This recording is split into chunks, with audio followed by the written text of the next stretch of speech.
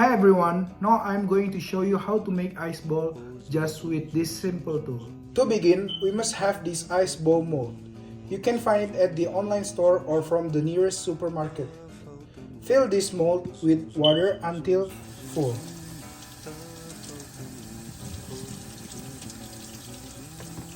Then, make sure you close it tight.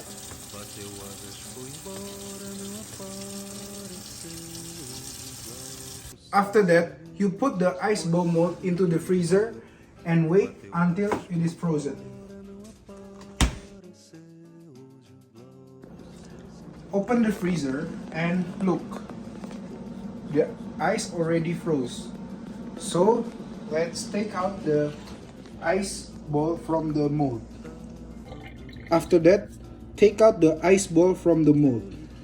Here, as you can see, here, and you just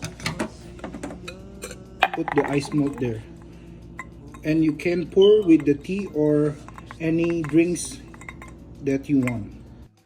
Thank you guys for watching this video.